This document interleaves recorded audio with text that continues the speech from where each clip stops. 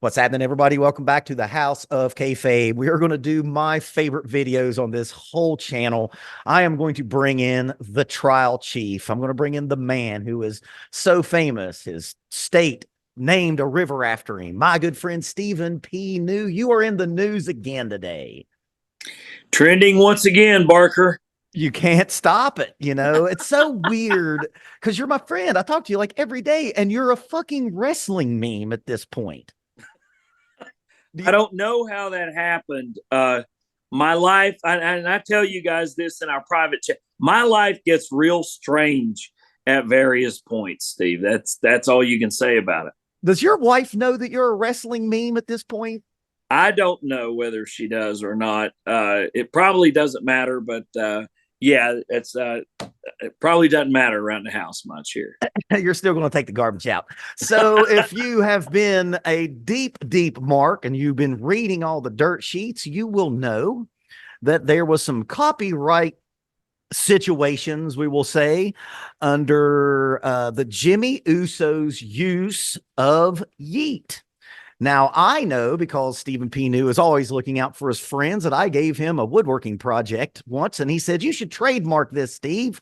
And I said, "I don't know if that's how it works." And you said, "Yes, it does." So as everyone knows, we have a sister promotion called Allstar Wrestling out of Madison, West Virginia, an excellent indie promotion. Trademarked, and some of the wrestlers apparently in that indie promotion you have helped out. Steve, take it away. All right. Well, let me begin by saying that this isn't all Steve New. All right, because anybody with any sense needs to know that in order to do what's called intellectual property work, trademarks, patents, copyrights, you have to be licensed and barred before the United States Patent and Trademark Office. So before some smart mark watching this show comes out and hey, this isn't Stephen New because he's not barred. I know that I'm not barred before the U.S. Patent and Trademark Office. But what I am is a litigator. And what I do is I make connections with people. And so that's where my good friend Dusty Gwynn, an attorney here in Beckley, West Virginia, comes into the picture. Dusty Gwynn is, in fact, licensed and barred before the United States Patent and Trademark Office. So frequently, I will co-counsel with him on these professional wrestling intellectual property projects. Take, for instance, the fact that Jim Cornette, Sweet Stan Lane, Loverboy Dennis, and the estate of Beautiful Bobby own the trademark on Midnight Express. Ricky and Robert own the trademark on Rock and Roll Express. Adam Pierce now owns the trademark to Scrap Daddy, and so on and so forth. So, Dusty and I have been pretty busy the last several years. I was telling you the story offline, Steve, where the heavy metal cover band, the Four Horsemen, had this little headbutting with a guy that you and I know well and watched growing up, Arn Anderson of the Four Horsemen. And so I helped that Metallica cover band actually work out a licensing deal and a share agreement with Arn Anderson, who owns the trademark to the Four Horsemen. Ric Flair doesn't? Ric Flair does not. Arn Anderson does. Good on him. And I believe Arn gets it because Arn was the first one who ever spoke the words. Arn has first use. And this is going to tie into our Jimmy Uso YEET discussion in just a moment. Arn Anderson has first use. So that first use in trademark and intellectual property trumps all. First use, and that's really the only rule that anybody needs to know, is that first use trumps everything else. You and I were talking about the Stings, and it's hard to believe that Steve Borden held the trademark to the name Sting, long before Gordon Sumner of that band, The Police. And so Gordon Sumner had to approach Steve Borden and license the name Sting. And obviously, they could have gotten into protracted litigation in front of the United States Patent and Trademark Office over, use in pro wrestling versus use in entertainment, But who wants to fight when you've got two great guys like Sting and Sting, and you can, for $1 a year, if you're Sting the singer and Sting the wrestler, license it for $1, shake each other's hand, take some photographs, and go on about your merry business. So such is the wacky world of professional wrestling. So fast forward to when I started first representing a lot of guys in the wrestling business. Corny's putting me over. Brian Last had just wrapped up doing the Austin Idol podcast, and Last approaches me and says, "Hey, I think Cornette's show is going to be bigger than any podcast in wrestling history. You need to get in on the ground floor, Steve. And for that, happy Hanukkah, my brother. For that, I will always be a huge Brian Last mark." Mazel. And Mazel tov with some Sprite Zero there. So, and about that same time, as people started hearing me on Cornette's show, I would get calls from guys. I would get a Twitter message, or I would get a phone call at the office. It'd be like, "Abyss on line 2 for you, Mr. Adam Pierce on line 3, Mr. New." Oh, God, this is insanity. So around that same time, like you said, Steve, a lot of the boys, gimmick infringement on the indies is awful. Rampant. It just is running rampant. Somebody sees somebody, or just happens to have the same idea, what have you. Parallel thinking happens in music business a lot. Sure. And so, it's good if a guy has the resources and the ability to protect their stuff, right? If a guy or gal, and it's crazy what you can trademark. You can trademark like paint schemes, like on your face, like your face paint schemes. You can trademark slogans. You can trademark, just about anything you can at least apply for the trademark. And some of the basic things in your trademark application is, of course, first use, what the category you're looking to do it in, and then that's pretty much it. And it goes to the U.S. Patent and Trademark Office, and an examiner whose job it is to sit in Arlington, Virginia, and do a bunch of research on the internet on what you've applied for the trademark for. And so that's kind of how that happens. Well, Casey Huffman, who was an indie guy, Huff Manly, getting really popular in Allstar Wrestling and here local in West Virginia, approached me and he said, "Look, man, I would like to trademark a couple of my things, because if I ever blow up, I want to be able to hold on to those myself. I don't want to have to just, license that if I ever got signed by a bigger company." And I was, "All right, Casey, we can help you do that." Got Dusty on the phone, did the applications. Casey had been first using YEET since 2017, first use. And it was over. Everywhere he went, he had T-shirts made up, for his merch. And so we did an application for YEET in pro wrestling, YEET merch, and YEET movement, I think, in pro wrestling. And so it went a couple of years and went through COVID. In 21, we did the application, and we got a claim examiner on the word yeet, who no doubt all she did was sit at her computer and try to find everything that the word yeet had ever appeared on.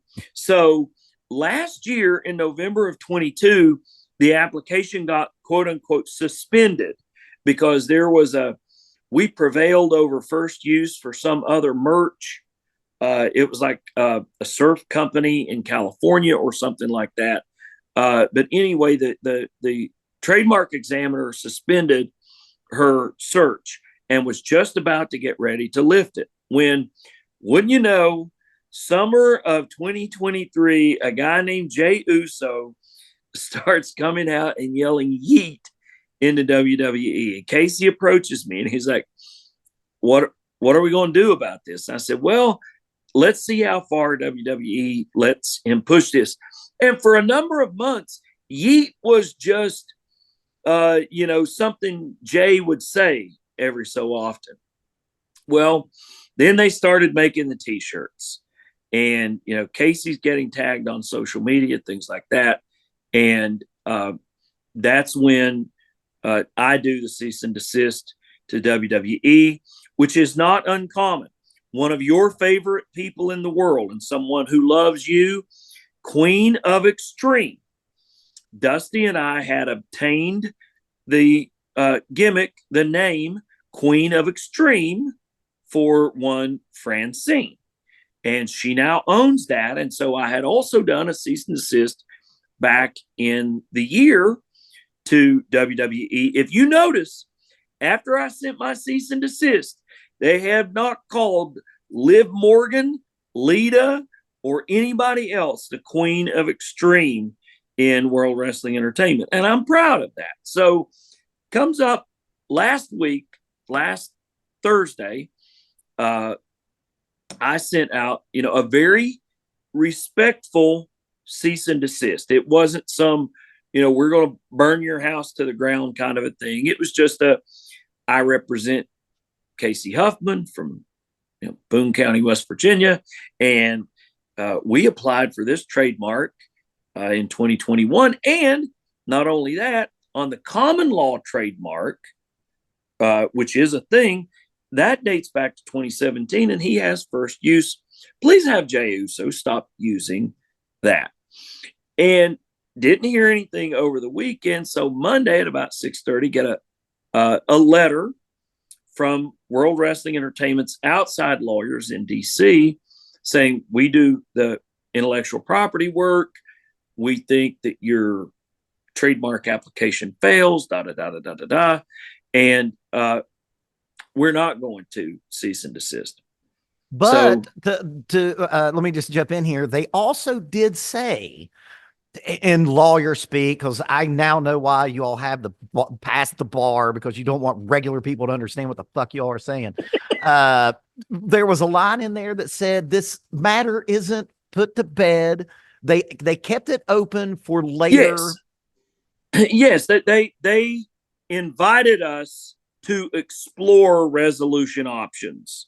And that's what you're looking for, right? Always, because dragging it out through court only benefits those lawyers who I'm usually against, are the guys who get paid win, lose, or draw, by the hour. That's not me.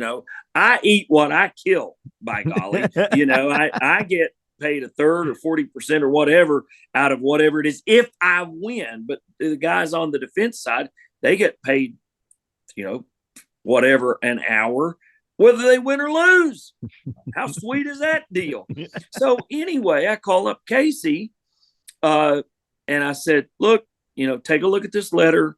Let's talk tomorrow. Let me know what you think. And man, Monday Night Raw last week, the Yeet shirt gets blurred and everybody's social just starts blowing up, and the dirt start reporting WWE has gotten a cease and desist from independent wrestler Casey Huffman about the use of the word yeet, which he claims to have trademarked. And so, Sean Ross Sapp and others is like, oh, just let him, just let him take it. You know what I thought about that? Hey, what are you charging people to access your site there, Sean? Why don't you just go ahead and give all of us subscribers a free freaking subscription? Mm-hmm. Everybody's a capitalist to themselves, but never to anyone else. That's right. They're communists. When it comes to everybody else. That's exactly right. So let me all ask you for me and none for thee. So let me ask you some backstory on this. All right. For the good people out there, we always try to talk in the legal terms as much as possible that a dumb musician can keep up with. When you say the first use, do you have to have some sort of what kind of proof? If he just said yeet in Hamlin High School and it wasn't recorded, did you have like recordings of him using this word before? And is that what it take? And is that what it takes? And can there just be like, okay, I said to my buddy yeet, and it's going to be my gimmick, and will that hold up, or does it have to be? It has to be recorded. You can apply for an intent to use, but it's best if you are actually using. But all like the first use part, it needs to be a recorded, like that needs to be recorded somehow. There's a video of him somewhere. And the more forms of media you have with it being used, for instance, photographs or merch, 8x10s that show that, magazines, anything like that you'd sell at a merch table at a wrestling event, along with videos, promos, pictures, that kind of thing. The more of that stuff that Dusty and I can submit as samples of use, the stronger the claim is. Okay, so Huff Manly, of course, a friend of the show. If you want to go back, we do a very, very long interview with him at the end of our Bash and Beckley video this year. Also, Bash and Beckley next year, June 1st. There's your plug. We hear that the yeet, and there was actually dirt sheets that said that yeet has been suspended by use from WWE. I think actually your boy Scott Ross Sapp tweeted that as well. How much can you tell us about the negotiations that you made? I can tell you just a little bit. And let me start by saying that the in-house counsel for WWE, a lady named Lauren, was absolutely fantastic to deal with. So after the Monday Night Raw episode, I responded to the letter and I said, can we open up, the lines of communication today? We had a call midway through the day on Tuesday with the outside lawyers in DC. The in-house lawyer for WWE works in Connecticut, and couldn't have been a more professional, respectful conversation, negotiation. We very quickly got to the overall resolution of the deal, and I'm pleased to announce that it is resolved. Everything's been signed, I's dotted, T's crossed on the core deal, and I hope that they put it back into use with Jay on Monday night, tomorrow night, as we're recording. And WWE couldn't have been any better to deal with. And they appreciated the fact that my cease and desist was not just I'm going to burn you guys to the ground kind of garbage thing. They said it was very respectful, was very well received at the highest, and I mean highest echelons of World Wrestling Entertainment. And that went a long way. I also think my prior representation, I don't know whether they were contacted or not, but I think the fact that I could say I'd represented guys like Adam Pearce and Nick Aldis and CM Punk before probably carried some weight. And, if you're going to have some serious negotiations, then that's it. It carries some clout if they could go to those guys or call those guys up and say, hey, what's this guy like? Is he good to deal with? Is he going to be a jerk or what have you? And that's kind of how it went. And by Thursday of last week, we had everything resolved, very much to Huff Manly's liking and favor. And like I said, I hope that Jay starts going back to using the YEET on Monday night and hawk the t-shirts, tell the fans to chant. Buy as many of those t-shirts as you can. Whatever they want to do. So even in the litigation world, you get more flies with honey, Steve New. Sometimes some people just understand a figuratively a punch in the nose. Okay. Yeah. Some companies, some people, that's all they understand. But by and large, yes, you get more flies with honey than you do with vinegar. Well, I tell you what, if you're an independent wrestler out there and you've got what you think is a good idea, you might be correct because you said it started in 2017 is when he started using the YEET. And I had to look it up. I wanted to ask you this earlier when you were talking about all this. You're a Gen Xer. We're the same age group. When he said YEET, did you say, what the fuck are you talking about?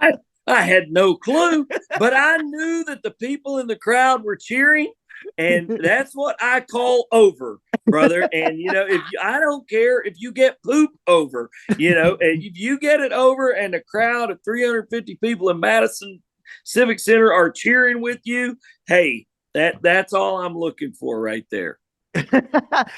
As long as YEET means money, Stephen P. New is there. So yes. If you are an indie wrestler out there and you got a gimmick that you think is going to be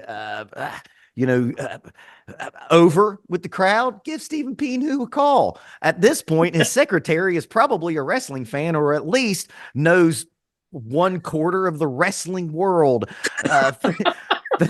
Steve New, thanks for coming back on, sir. If you all liked all that, give us a like, a comment, and a share. Tell your friends about us. And comment section, yes, I know I said Jimmy Uso at the beginning, so go ahead and bury me in the comments. Steve New, thank you, and I'll see you next time, brother. All right.